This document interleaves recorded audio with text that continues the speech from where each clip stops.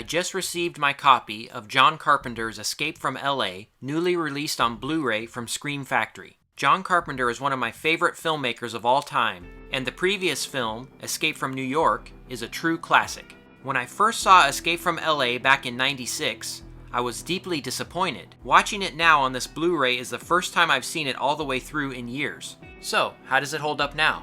Escape from LA opens with a brief backstory on the current state of America. Things have apparently gotten even worse since the previous movie. So a fanatical presidential candidate, played by Cliff Robertson, predicts a massive earthquake will destroy the immoral Los Angeles. And surprise, it happens.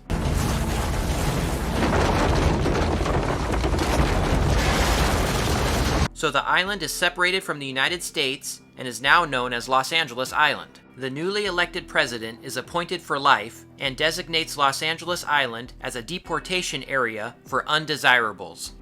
Prostitutes, atheists, runaways, we're throwing out the trash. After the recap, we begin in the far-off future of 2013.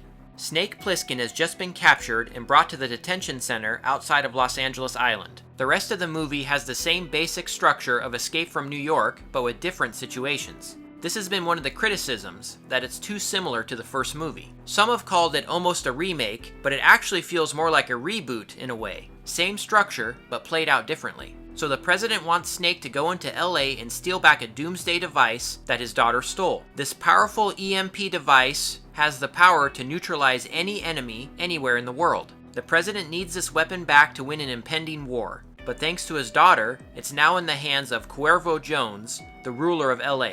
He's nowhere near as memorable as the Duke of New York from the previous film. So Snake, of course, refuses to help. But once again, he's infected with a virus and has no choice but to comply. Nice to be working with you, hotshot. You better hope I don't make it back.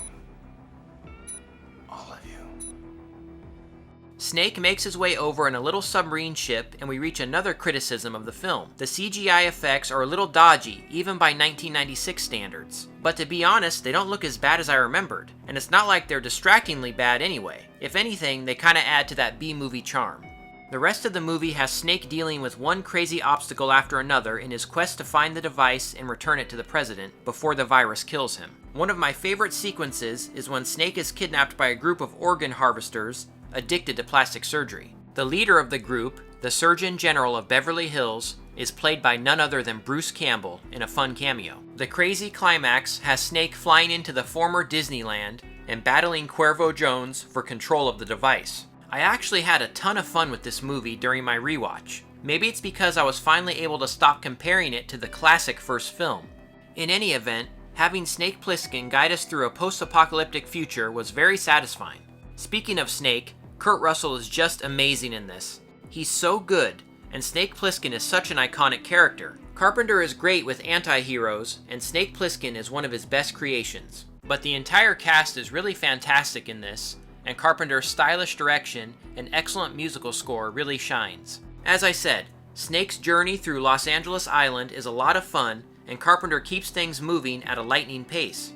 Not everything works though, and yes, I'm talking about the surfing scene. Snake and Easy Rider himself, Peter Fonda, ride a wave through a canyon, and...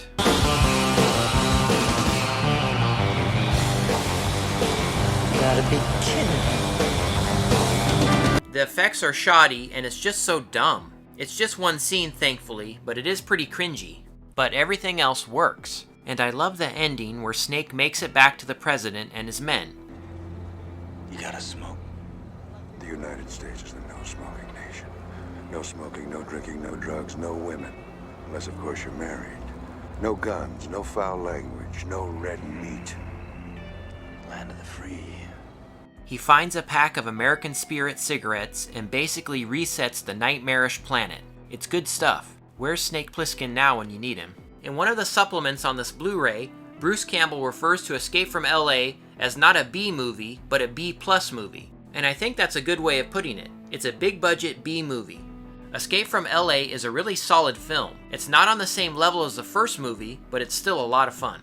So often, John Carpenter's movies are not appreciated on their initial release. I never understood why, but now I've actually experienced it. I really didn't care much for this movie when I first saw it, but now, with the passage of time, I appreciate it so much more. Scream Factory has given us a nice package. The picture quality with a newly restored 4K print is flawless, and I have to mention the new cover art, which is just amazing.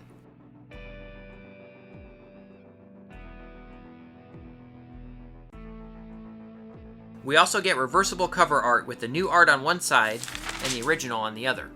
Special features include a still gallery, theatrical trailer, and TV spots. We also get 5 video interviews and 1 audio interview newly created for this release. We've got Stacy Keach, Peter Jason, George Coraface, an audio interview with Bruce Campbell, makeup effects guy James McPherson, and visual effects guy David Jones. The interviews are in-depth and give some great information on the making of the movie. Sadly, we don't have anything from John Carpenter or Kurt Russell. A new commentary track would have been a lot of fun, or at least some on-camera interviews. But overall, this is a solid release of yet another underrated John Carpenter film. So definitely check it out again. It's a lot better than you remember.